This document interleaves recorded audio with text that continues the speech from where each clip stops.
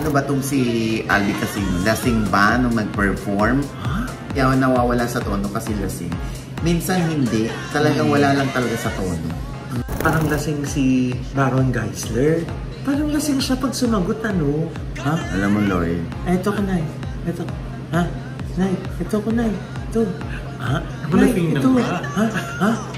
Baka naman pwede makibalik sila, oo. Baka kailangan nyo ng tulong kahit hindi damit.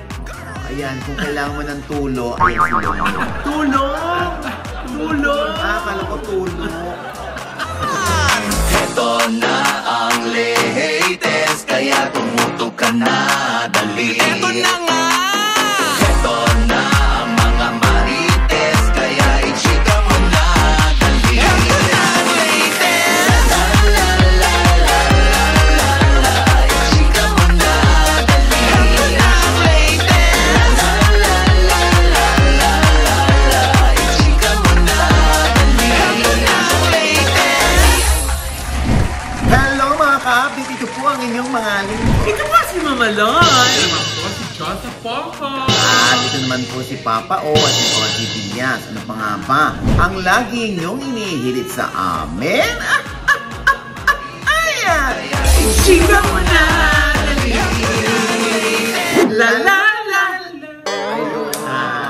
Sa Spotify po yan ha. Yeah. Yung kabuuan ng song na yan. Aha. At nakakatuwa, no? Talaga yung mayroong isang bata na nag-ano sa akin na, i-feature mo naman to yung anak ko, tinan mo sinasayaw yung inyong jingle. Ayan diba? po, diba? Ayan yung bata, makakapagsayaw, makahataw, diba? Diba? Ayan, actually, hindi lang yung batang yan, madami. Ang dami na, ang dami na po nagsisend. Katulad nito, pinagbibintangan si Albi Casino. Oo, dun sa Cotabato. Oo nga. Sa pageant na kanyang inapiran. Oo nga. Kung saan siya yung nagharana. Oo. Nag-serenade sa mga kandidata doon. Oo, at pagpasok niya, aliw na aliw yung mga tao. Ano ba tong si Albi Casino? Lasing ba nung nag-perform? Or ganun lang daw siya ka-hyper mag-perform talaga? Ayan Aking sinta, ano bang meron sa'yo? Pag nakikita ka na, bumabagal ang mundo. Pag ngumingiti ka, para bang may iba. Pag tumikinig sa aking mamumungay mo mga mata, wala akong takas sa nakakalunod mong ganda. Halika na, tignan mo lang ang aking mga mata. Huwag kang titingin na sa iba. Akin ka na, wala nang iba. Andito ko agad sa aking pagtanda. Mamahalin kita basta pag nahulog. Nakahawak ako, pag kalapit bitaw. Habang buhay na ako'y siyo.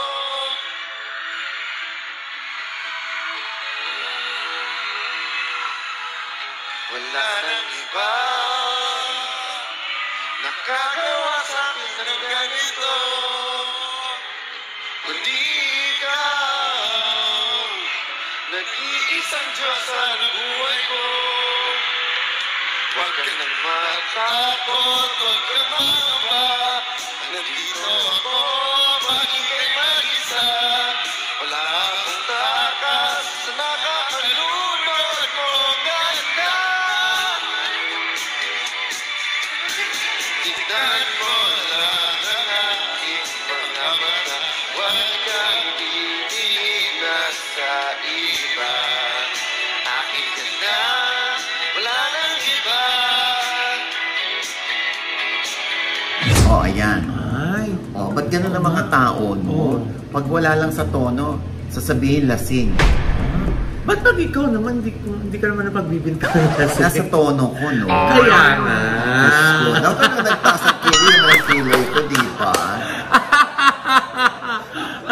Di Di ba? Di ba? Oo, at saka nakakaloka nito, yung sa sobrang hyper ni Ali, di ba? Naka-all out smile siya talaga. Oo, ang saya-saya niya. Ang saya-saya niya. At the same time, naaaliw din yung mga audience. Yes. Sabi nila, lasing din daw si Luis Ontiveros nag-perform. Oo, dahil nga wala sa tono. Oo, yung isa naman daw, antok na, wala pa yatang tulog, at gusto nang matulog, kaya lang kakatawag lang para mag-perform siya.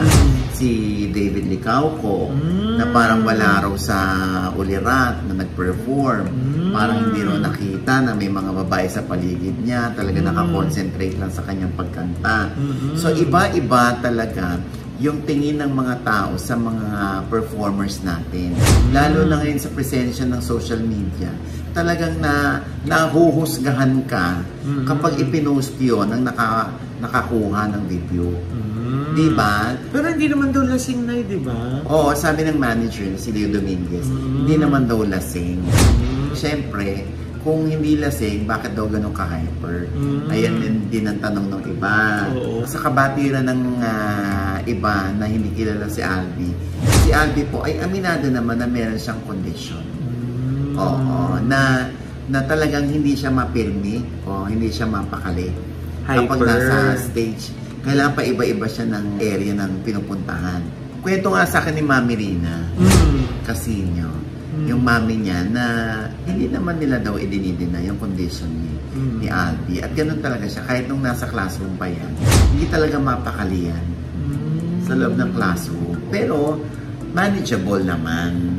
Oo. Tsaka, kumbaga, kaya naman mag-focus ni Albi kapag nagbabasa ng script, kapag eksena, kaya niya. May mga times lang talaga na yung comfort zone niya ay natatagpuan niya kapag siya ay gano'n ng gano'n. Moving siya. Oo. Kaya yung mga wala sa tono na sinasabi nila na kaya nawawala sa tono kasi lasing. Minsan hindi. Talagang wala lang talaga sa tono. Oo, totoo yun. Kasi aminado naman din doon na hindi singer si Albi Knight. Naimbitahan eh. Oo. Pero ako payo ko ito generally speaking, no? Oo, payo ko sa lahat ng mga racket. Dapat, pag alam nating racket tayo, kasi mas mataas ang racket o mas mataas ang bigay, ang bayad sa racket kaysa sa mga regular na taping days.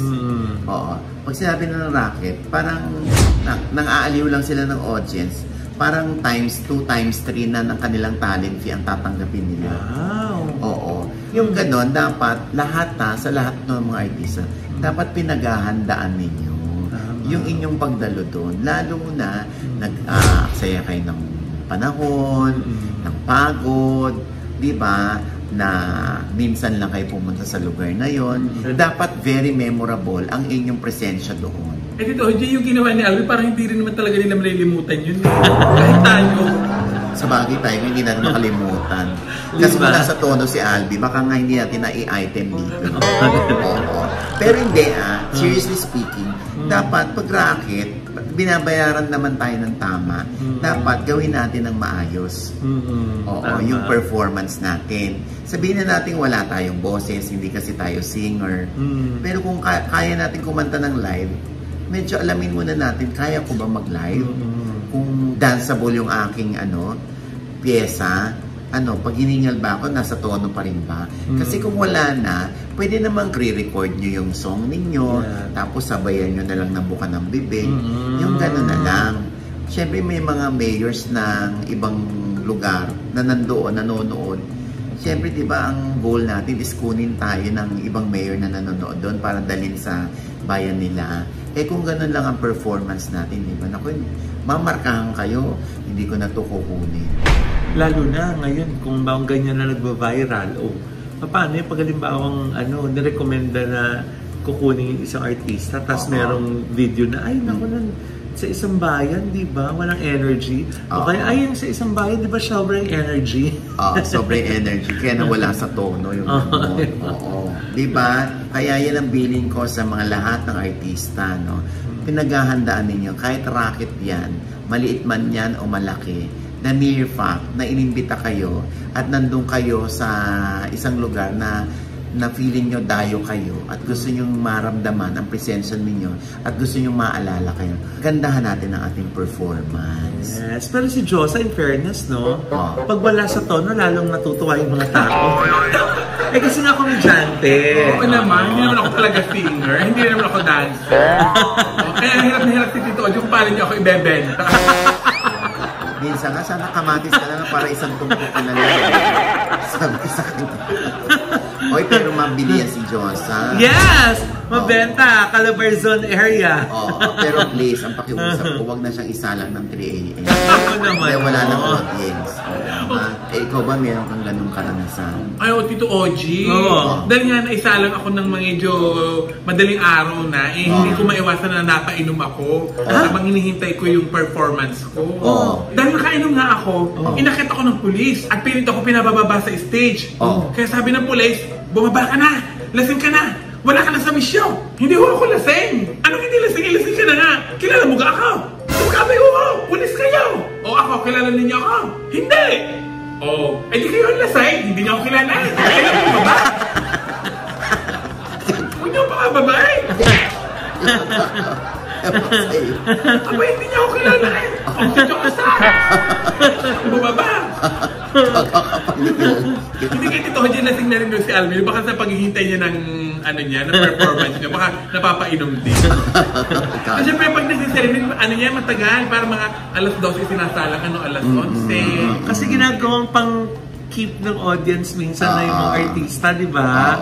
Kaya super late na. Naku, ilang pageants na rin yung na-experience natin ganyan dati, di ba? Inaaway tayo ng mga organizer kasi pinipilit nating sumalang na kasi nga mag-aalas 12 na. Ay, na, speaking of lasing, di ba galing tayo na dun sa celebrity screening and MediaCon nung Senior High, kung saan kabilang si Baron Geisler. Eh, meron kasing isang reporter na nagtanong sa akin kung napansin ko daw ba kung parang lasing si Baron Geisler.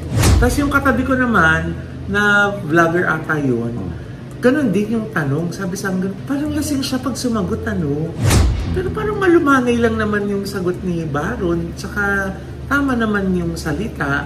Hindi ko kasi siya kilala kung ganun siya pag, pag walang camera. Kilala mo ba si Baron? Oo. Tanong mo si Baron, hindi kanya kilala. Lasing na. Kilala ko siya, hindi niya ako kilala. Siya, lasing nga siya. Hindi, alam mo, si Baron ganun lang. Actually, in fairness kay Baron, na kita naman niya ako. Nagbatian naman kami. Kasi meron din nagtanong sa akin, parang nakainom si Baron, sabi sa akin. Sabi ko, nung binati ko naman si Baron, hindi ko naman naamoy. Yung, di ba, minsan amoy chiko, pag lasing, nakainom. Ayun, parang syempre babae yung reporter na parang mas maselan yung pang-amoy ng babae, di ba? Sabi ko, parang gano'n naman lang din si Baron.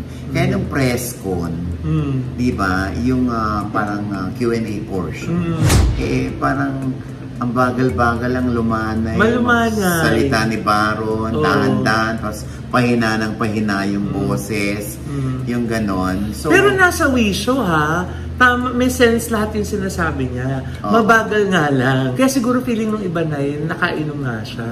Pero ganun ba siya magsalita talaga in real life? Hindi. Kasi pag hindi naman nakainom si Baron, masigla siya. Nakainom. Hindi po namin kino-confirm yan, ha? Dahil siyempre, si Baron pa rin ang tatanungin natin kung nakainom ba siya. Kasi, ang napansin ko lang, may dalawa siyang tumbler. Tapos, nagtanong na rin naman ako kasi tinanong ako ng babaeng reporter na kaibigan ko doon. Tinanong ko, nakainom ba si Baron? Kasi ang bagal magsalita, medyo nagkakaroon ng dull moment, ganyan. Yung mga, naiinit.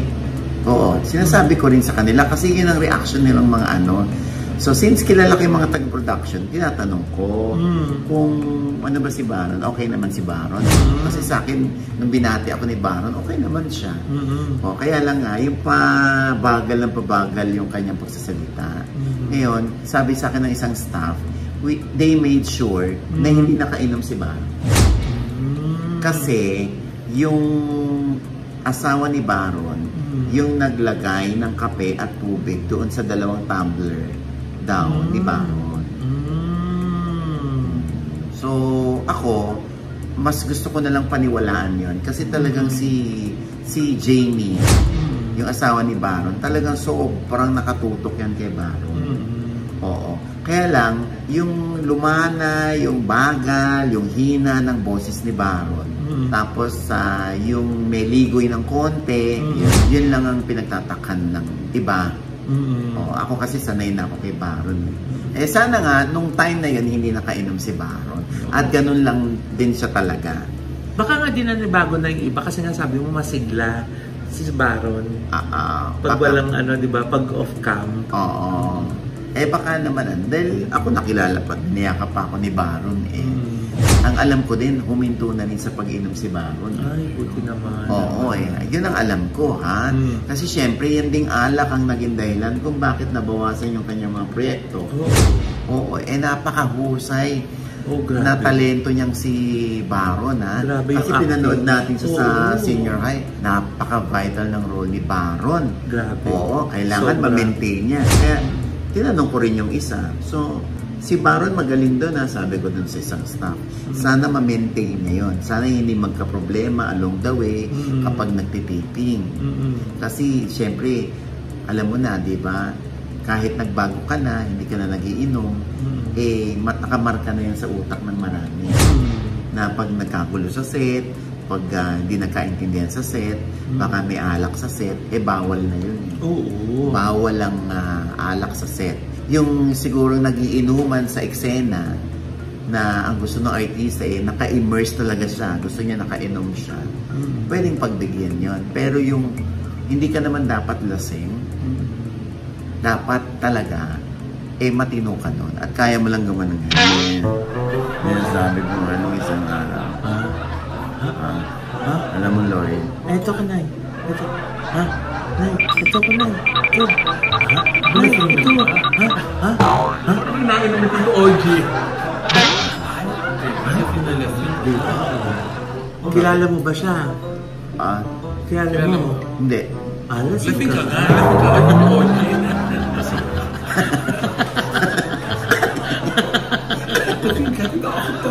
Gaga ka. Oy, nako, ayan. So sana tuloy-tuloy na yung pagbabago ni Baron. Dahil honestly, kilala ko napakahusay na aktor ni Baron. At napaka-supportive din na asawa ni Jamie. Yes. Kaya sana, tuloy-tuloy na yan, Baron. Yung paglalasing ito. Gaga, hindi. Yung pagbabago niya na hindi na siya umiinom during taping days. Nakakahinayang kasi, Nay, di ba? Ang sobrang galing niya. Pero syempre, pag paglasing ka, maapektan yung acting mo. Maapektan din yung mga co-actors mo, di ba? Hindi mo mainis na baka yung iba maiinis, baka yung iba matatakot, di ba? So, sayang naman. Oh, please. Kasi talaga sayang. Para naging jowa mo si Baron kung maka-please ka. Kasi syempre na-appreciate natin yung yung husay niya sa pag-arte. Sayang talaga. Kung yun lang alak yung magiging hindrance, di ba? Sobrang sayang. After Ironheart, di ba? Tapos eto na. Ang laki-laki ng role niya. Naku, Diyos ko. Ang dami-dami nilang cast, pero siya yung pinakamalaki yung role. Di ba? Napaka-vital. Parang isa yung karakter niya kung saan umiikot yung story, no? Galing. Ayan ha, Baron. Sana tuloy-tuloy na yung pagbabago mo. Kung totoong nagbago ka na. Kung hindi pa huli ang lahat.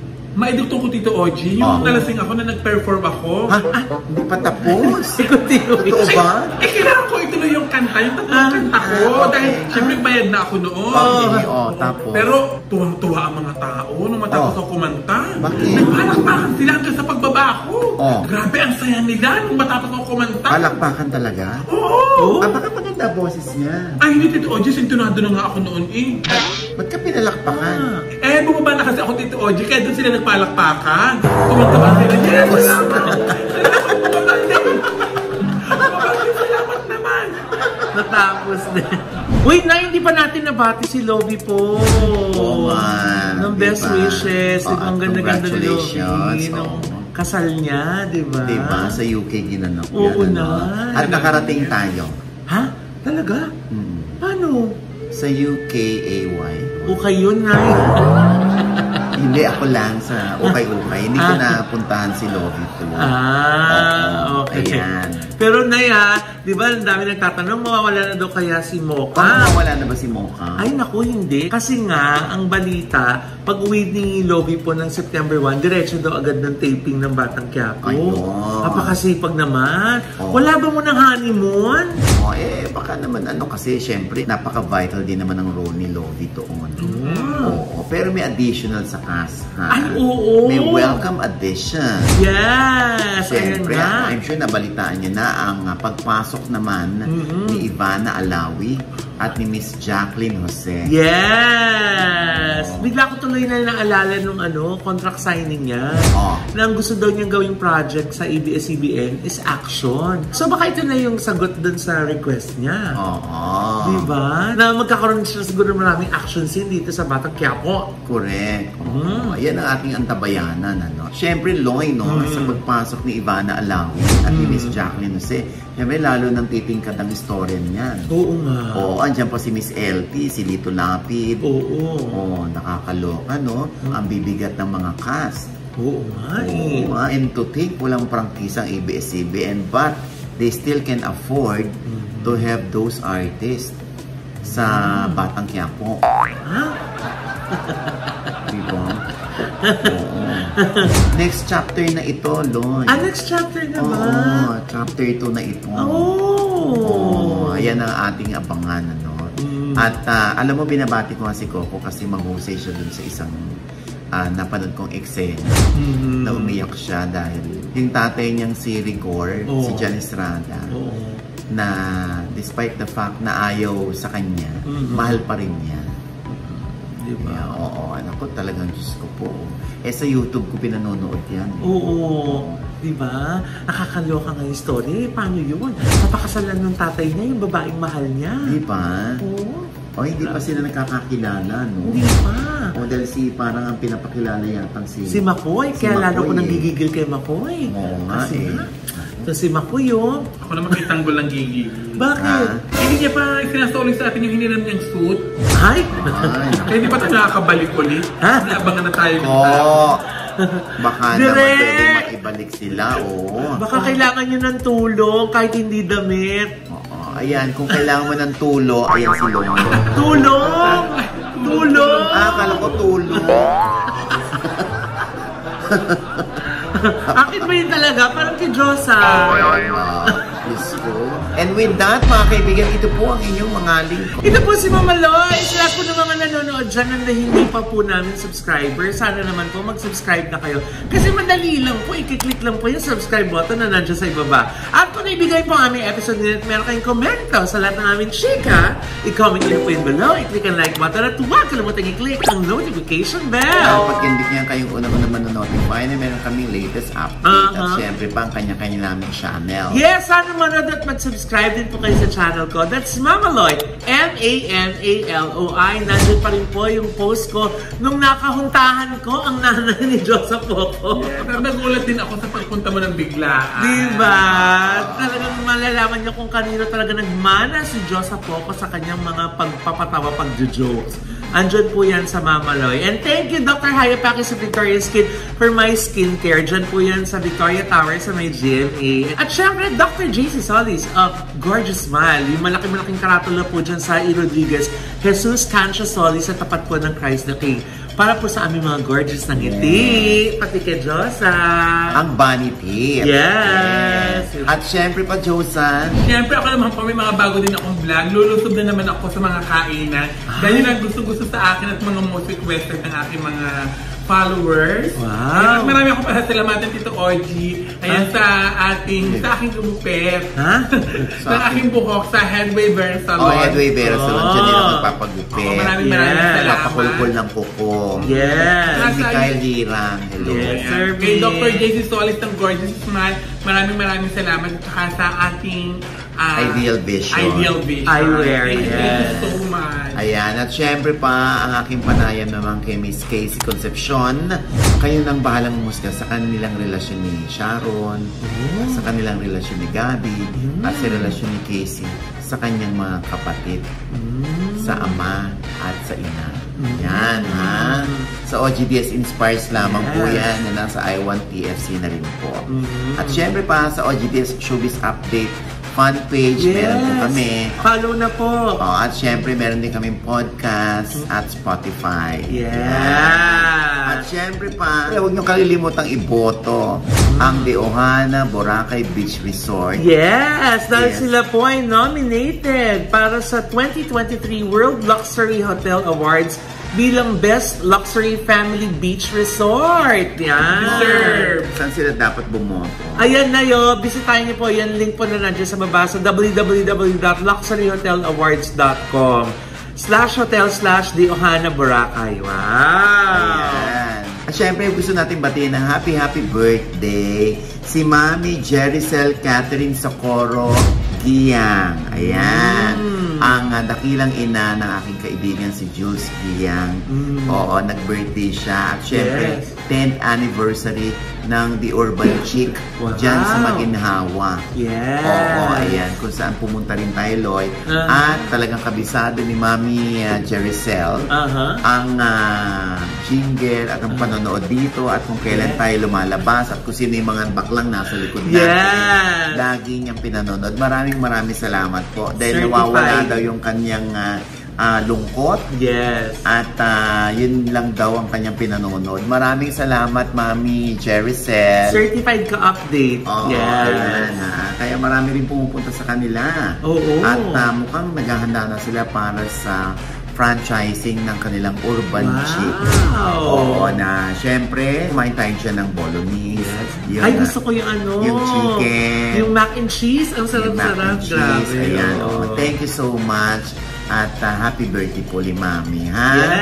At syempre pa, ito pa rin po yung lingkod, Papa Osin Odi Diaz, na laging nagsasabi at nagpapaalala sa inyo na sa tuwing gigising po tayo tuwing umaga, wag na wag po tayong makakalimot, ha?